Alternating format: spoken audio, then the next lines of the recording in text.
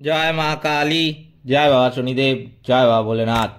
তো নমস্কার বন্ধুরা, আজকে আমরা আলোচনা করতে চলেছি কর্কট রাশির বা লগ্নের জাতক জাতিকাদের এই এপ্রিল মাসের তৃতীয় সপ্তাহটা কেমন যাবে, আদৌ কি ভালো কাটবে এই সময় এই কর্কট রাশি বা লগ্নের জাতক জাতিকাদের, নাকি বিগত সময়ের মতোই এই সময়টাও খারাপ কাটবে। সব কিছুই কিন্তু আলোচনা করতে চলেছি আজকের এই ভিডিওর মাধ্যমে। এছাড়াও এই ভিডিওর মাধ্যমে আমি আপনাদের বলবো, আপনাদের মধ্যে বহু মানুষ আছেন সেই বিষয়টি জানেন, বহু মানুষ আছেন সেই বিষয়টি জানেন না। যারা জানেন না তাদের উদ্দেশ্যে বলছি যে 29শে মার্চ শনিদেব মীন রাশিতে প্রবেশ করে কিন্তু রাহুর সঙ্গে একটি জুটি তৈরি করবেন। জ্যোতিষশাস্ত্রে শনি ও রাহুর সেই জুটিকে কিন্তু বিনাশকারী জুটি হিসাবে মানা হয়।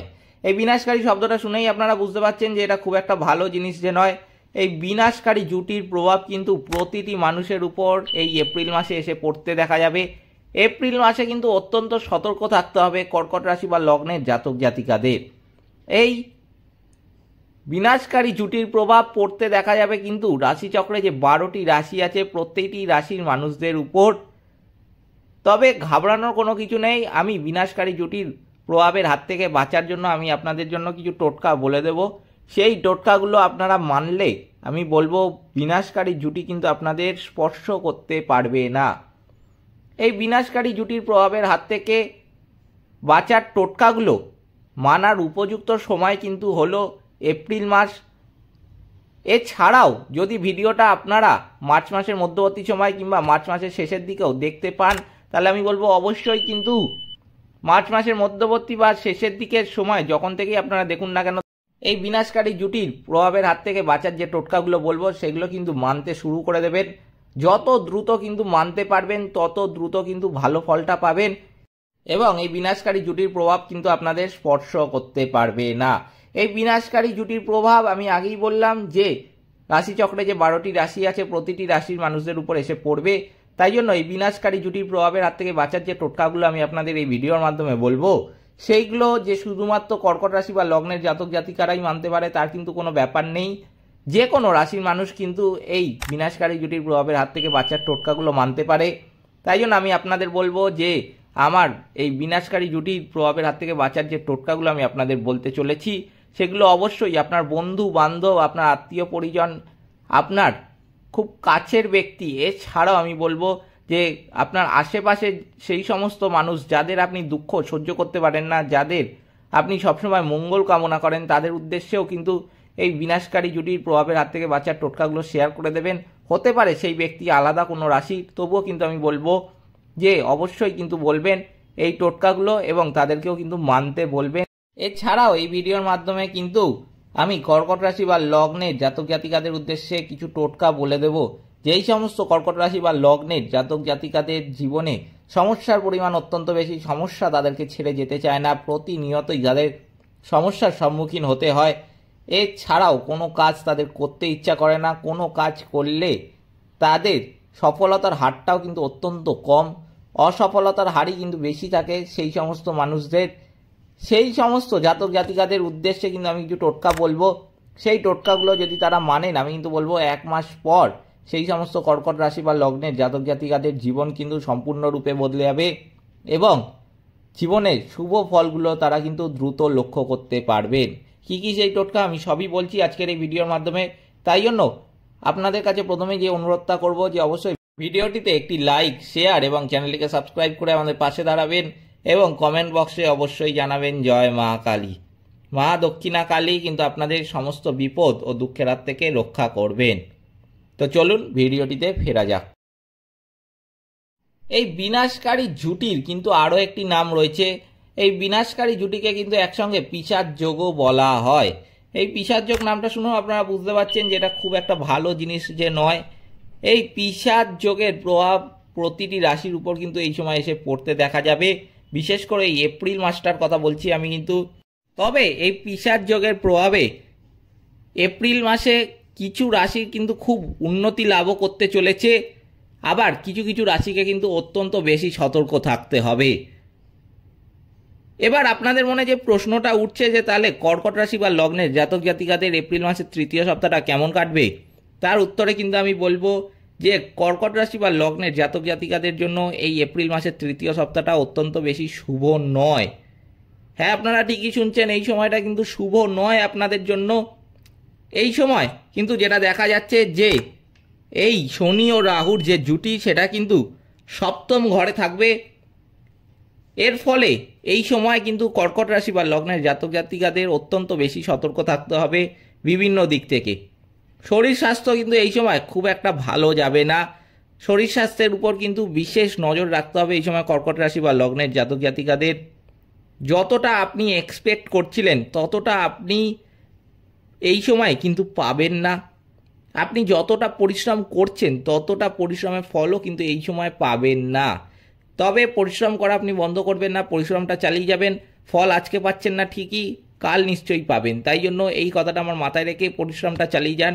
এপ্রিল মাসের তৃতীয় সপ্তাহটা খারাপ যাবে, আমি আপনাদের বলেই দিচ্ছি আগের থেকে, কিন্তু কিছুদিন পর কিন্তু আপনাদের সময় আবার ঘুরে দাঁড়াবে। তাই জন্য পরিশ্রমের কোনো ব্যতিক্রম নেই, পরিশ্রম কিন্তু চালিয়ে যাবেন। ধৈর্য হারা হবেন না, বেশি চিন্তা করতে যাবেন না, তাহলে কিন্তু আবার মানসিক দুশ্চিন্তা আপনাকে এসে চেপে ধরবে। এই সময় কর্মক্ষেত্রে আপনাকে একটু বেশি এদিক ওদিক যেতে হতে পারে। যারা প্রাইভেট জব করেন তারা কর্মক্ষেত্রে যে যা বলবে সেটাই কিন্তু এই এপ্রিল মাসের তৃতীয় সপ্তাহে করতে যাবেন না। বুদ্ধি বিচার বিবেচনা দিয়ে কিন্তু নিজের যেটা ঠিক বলে মনে হবে সেটাই করবেন। বিশেষ করে এটা কিন্তু দেখা যাচ্ছে যে এই সময় আপনার কলিগ বা আপনার নিম্নতম কোনো ব্যক্তি আপনার সাথে সুসম্পর্ক বহুদিন ধরে বজায় রেখেছে, সে কিন্তু এসে আপনাকে কিছু বলতে পারে যে করে দেওয়ার জন্য। আপনার যদি সেটা করতে না ইচ্ছা করে, আমি কিন্তু বারবার বলে দিচ্ছি, সেটা কিন্তু করতে যাবেন না। এই সময় আপনার যেটা করতে ইচ্ছা করবে না সেটা কিন্তু ভুলেও করবেন না, তার জন্য কিন্তু একটা নেগেটিভ প্রভাব আপনাদের জীবনে এসে পড়বে। তাই জন্য আমার এই কথাটা মাথায় রাখবেন, ঠিক বলে যেটা মনে হবে সেটাই কিন্তু করবেন। গাড়ি নিয়ে যদি আপনি বাড়ির বাইরে বেরোন তাহলে কিন্তু আমি বলবো যে খুব সাবধানে গাড়ি চালাবেন। সে যে গাড়ি আপনি চালাতে পারেন, 2 চাকাই হোক কিংবা 4 চাকাই হোক, অবশ্যই কিন্তু সাবধানে গাড়ি চালাবেন। হতে পারে এই সময় যেটা দেখা যাচ্ছে যে কোথাও আপনি কোনো কাজে গেছেন, এপ্রিল মাসের তৃতীয় সপ্তাহে আমি কথা বলছি, আর সেইখানে একটু দেরি হয়ে গেছে আপনার, এরপর আপনাকে আরও একটি জায়গায় যেতে হবে।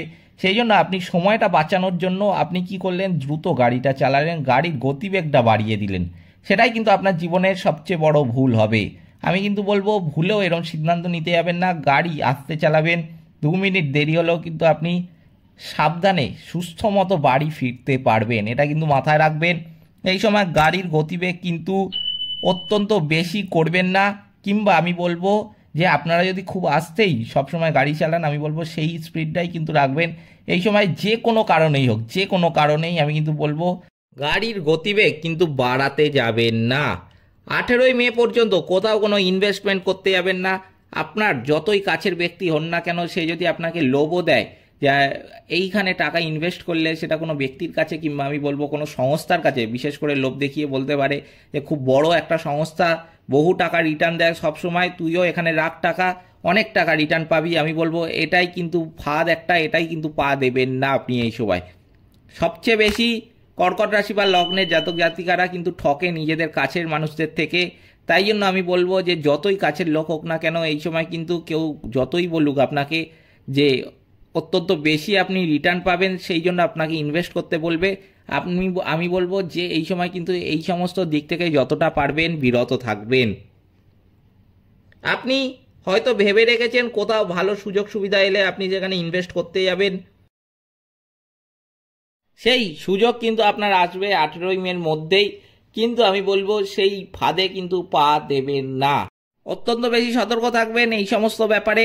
এছাড়াও এই সময় কিন্তু পারিবারিক ঝগড়া ঝামেলার সৃষ্টি হতে দেখা যেতে পারে, খুব কম পরিমাণে দেখা যাবে, সেটাও কিন্তু দেখা যাচ্ছে আপনার গাফিলতির জন্য।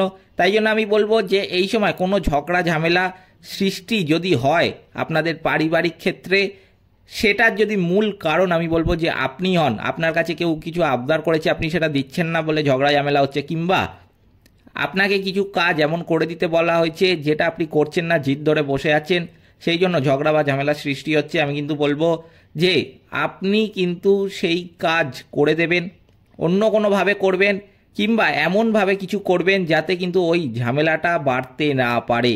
এটা কিন্তু আমার কথাটা মাথায় রাখবেন। এই সময় কিন্তু ঝগড়া ঝামেলা বাড়তে দেবেন না। এই সময় ঝগড়া ঝামেলা বাড়লে কিন্তু আগামী দিনে এতটাই বেড়ে যাবে, তার কিন্তু সমাধান খুঁজে পাবেন না। তাই জন্য এই কাজটা অবশ্যই কিন্তু করবেন এই সময়। এই সময় কিন্তু ব্যবসা ক্ষেত্রে কোনো বড় ডিসিশান নিতে যাবেন না, কোনো শুভ ডিসিশান ব্যবসার জন্য কিন্তু নিতে যাবেন না। যে আপনি কোনো দোকান কিনেছেন কিংবা দোকান ভাড়া নিয়েছেন, সেটা শুরু করতে চাইছিলেন বহুদিন ধরে কিন্তু করে উঠতে পারছিলেন না, কোনো কারণের জন্য ভাবছিলেন এপ্রিল মাসের তৃতীয় সপ্তাহে শুরু করবেন। আমি কিন্তু বলবো এপ্রিল মাসের তৃতীয় সপ্তাহ এই সমস্ত কাজের জন্য একদমই শুভ নয়। তাই জন্য কোনো শুভ ডিসিশান ব্যবসা ক্ষেত্রে কিন্তু নেবেন না এই সময়। এই সময় কোনো বড় ডিসিশানও এই সময় নিতে যাবেন না ব্যবসার জন্য। ধরুন কোথাও লোন নিচ্ছেন আপনি, বা কোনো সংস্থা বা কারোর কাছ থেকে বিশেষ করে আপনি ব্যবসার জন্য লোন নিচ্ছেন, সেই লোনও কিন্তু এই সময় করতে যাবেন না। যতটা করার থেকে পারবেন বিরত থাকবেন এই সমস্ত কাজ। এই সময় আপনার বৈবাহিক জীবনেও কিন্তু ঝগড়া বা ঝামেলার সৃষ্টি হতে পারে, সেটারও কিন্তু মূল কারণ আপনিই হতে পারেন। সেটাও আপনার গাফিলতির জন্যই কিন্তু ঝগড়া বা ঝামেলাটা হতে দেখা যাচ্ছে। আমি কিন্তু বলবো সেই আপনাকে একই কাজ করতে হবে। আপনি কিন্তু এমন কোনো কাজ করবেন যাতে ঝগড়া ঝামেলা বাড়তে না পারে, এই কথাটা আমার মাথায় রাখবেন। এবার আমি বলবো কর্কট রাশি বা লগ্নের জাতক জাতিকাদের জীবন থেকে নেগেটিভিটি দূর করার কিছু টোটকা। যেই সমস্ত কর্কট রাশি বা লগ্নের জাতক জাতিকাদের কি কোনো কাজ করতে ইচ্ছা করে না, কোনো কাজ করতে ভালো লাগে না, কোনো কাজ করতে নিলেই তারা অসফল হয়, এছাড়াও তাদের জীবনে শারীরিক মানসিক আর্থিক বৈবাহিক বিভিন্ন দিক থেকে কিন্তু সমস্যার পরিমাণটা বেশি, সমস্যা তাদেরকে ছেড়ে যেতে চায় না, সমস্যা সবসময় তাদের জীবনে লেগে থাকে, প্রতিনিয়তই তাদের সমস্যার সম্মুখীন হতে হয়, সেই সমস্ত কর্কট রাশি বা লগ্নের জাতক জাতিকাদের এই সমস্ত সমস্যার সম্মুখীন হতে হয়। জন্মছকে যদি গ্রহ নক্ষত্রটা খারাপ অবস্থানে থাকে তাহলে তাদের জীবনে নেগেটিভ প্রভাবটা এসে পড়ে। সেই সমস্ত কর্কট রাশি বা লগ্নের জাতক জাতিকাদের কিছু টোটকা আমি বলে দিচ্ছি, সেগুলো মানলে তাদের জীবন কিন্তু 1 মাস পর সম্পূর্ণরূপে বদলে যাবে এবং জীবনের সুফলগুলো তারা কিন্তু দ্রুত লক্ষ্য করতে পারবে। কি কি করতে হবে আমি এক এক করে বলছি, আপনারা মনেও রাখতে পারেন কিংবা লিখেও রাখতে পারেন। প্রথমেই যেটা করতে হবে, নিজের অবস্থার উন্নতির জন্য অবশ্যই কাঁচা হলুদ বেটে কিন্তু তা গায়ে হাতে মেখে ফেলতে পারেন। শিব তাণ্ডব স্তোত্র কিন্তু অবশ্যই পাঠ করবেন। চন্দ্রদেবকে তুষ্ট রাখতে চন্দ্রদেবের কিন্তু মন্ত্র পাঠ করবেন। শনিবার দিন নিরামিষ খেতে হবে, শনি মন্ত্রও কিন্তু জপ করতে হবে। শনিবার দিন নিরামিষ খেতে হবে। এক্ষেত্রে আমি আপনাদের বলে রাখি যে ঘরে বাইরে আপনি যেখানেই থাকুন না কেন কিংবা সারা দিনে আপনি যতবারই খাবার খান না কেন নিরামিষ আহারই কিন্তু গ্রহণ করবেন। এই সমস্ত কাজ আপনাদের করতে হবে কিন্তু জীবন থেকে নেগেটিভিটি কাটানোর জন্য। এবার আমি বলবো পিশাচ যোগের হাত থেকে বাঁচার জন্য কি কি করবেন। পিশাচ যোগের হাত থেকে বাঁচার যে টোটকাগুলো আমি এখন আপনাদের বলবো, সেগুলো যে শুধুমাত্র কর্কট রাশি বা লগ্নের জাতক জাতিকারাই মানতে পারে তার কিন্তু কোনো ব্যাপার নেই, যে কোনো রাশির মানুষ কিন্তু মানতে পারে। তাই জন্য আমি আপনাদের অবশ্যই বলবো যে প্রতিটি মানুষের সাথে কিন্তু আপনার চেনা পরিচিত লোকের সাথে কিন্তু এই পিশাচ যোগের হাত থেকে বাঁচার টোটকাগুলো শেয়ার করে দেবেন, কারণ পিশাচ যোগ এই সময় 12টি রাশিরই কিন্তু ক্ষতি করার চেষ্টা করবে।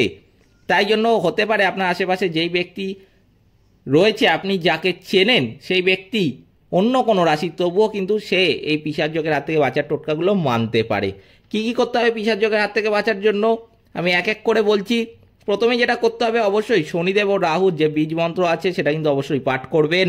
অন্ধ ব্যক্তিকে কিন্তু এই সময় খাবার খাওয়াবেন, কারণ এই সময় অন্ধ ব্যক্তিকে দেখা ভগবান দেখার থেকে কিন্তু কম কিছু না। তাই জন্য রাস্তাঘাটে আপনি যেখানেই ধরুন কোথাও যাচ্ছেন, শুভ কাজে যাচ্ছেন কিংবা অফিসে যাচ্ছেন, ব্যবসায় যাচ্ছেন, আপনি যদি রাস্তায় অন্ধ ব্যক্তি দেখেন অবশ্যই সেই ব্যক্তিকে কিন্তু দাঁড়িয়ে থেকে আপনার সামর্থ্য মতো কিছু খাবার খাওয়াবেন। কুকুরকে কিন্তু অবশ্যই এই সময় রুটি খাওয়াবেন। হনুমান চল্লিশা পাঠ করবেন যে কোনো সমস্যার সমাধান পেতে। পিশাচ যোগ দূর করার জন্য তিল, লোহা, সর্ষের তেল, কালো কাপড়, চামড়ার জুতো কিন্তু ইত্যাদি দান করবেন। এক্ষেত্রেও আমি বলে রাখি যে চামড়ার জুতো বলছি মানে যে এরম নয় যে ব্র্যান্ডেড জুতো, দামি জুতোর কথা বলছি তা কিন্তু নয়। আপনার সামর্থ্যের উপর নির্ভর করছে। আপনার সামর্থ্য যদি হয় বেশি টাকা দিয়ে জিনিস কেনার, আপনি কিনতেই পারেন, সেক্ষেত্রে কোনো অসুবিধা নেই। আপনার যদি সামর্থ্য না থাকে আমি বলবো কম দামিও কিনতে পারেন, তাতে কোনো ব্যাপার নয়। খালি দেখে নেবেন যে জুতোটা যেন অবশ্যই চামড়ার হয়। এছাড়াও কালো কাপড়, সর্ষের তেল, লোহা, তিল এগুলো কিন্তু এই সময় দান করবেন। অমাবস্যার দিন সূর্যাস্তের সময় প্রবাহমান জলে কিন্তু একটা নারকেল ভাসিয়ে দেবেন। খুবই গুরুত্বপূর্ণ এটা, আমি আবার বলছি, অমাবস্যার দিন সূর্যাস্তের সময় কিন্তু প্রবাহমান জলে একটা নারকেল ভাসিয়ে দেবেন। প্রতিদিন সংকটমোচন হনুমান অষ্টক আর সুন্দরকাণ্ড পাঠ করতে পারেন, এতেও কিন্তু পিশাচ যোগের হাত থেকে অনেকটাই ভালো ফল পাবেন। এগুলো আপনাদের মানতে হবে। পিশাচ যোগের হাত থেকে বাঁচার জন্য কখন মানবেন সেই সময়টা কিন্তু আমি আপনাদের এই ভিডিওর মাধ্যমে প্রথমেই বলে দিয়েছি। এই ছিল কর্কট রাশি বা লগ্নের জাতক জাতিকাদের এপ্রিল মাসের তৃতীয় সপ্তাহের রাশিফল। ভিডিওটিতে অবশ্যই একটি লাইক, শেয়ার এবং চ্যানেলটিকে সাবস্ক্রাইব করে আমাদের পাশে দাঁড়াবেন এবং কমেন্ট বক্সে কিন্তু অবশ্যই জানাবেন জয় মা কালী। মা দক্ষিণা কালী কিন্তু আপনাদের সমস্ত বিপদ ও দুঃখের হাত থেকে রক্ষা করবেন। সকলে ভালো থাকবেন, সুস্থ থাকবেন। নমস্কার।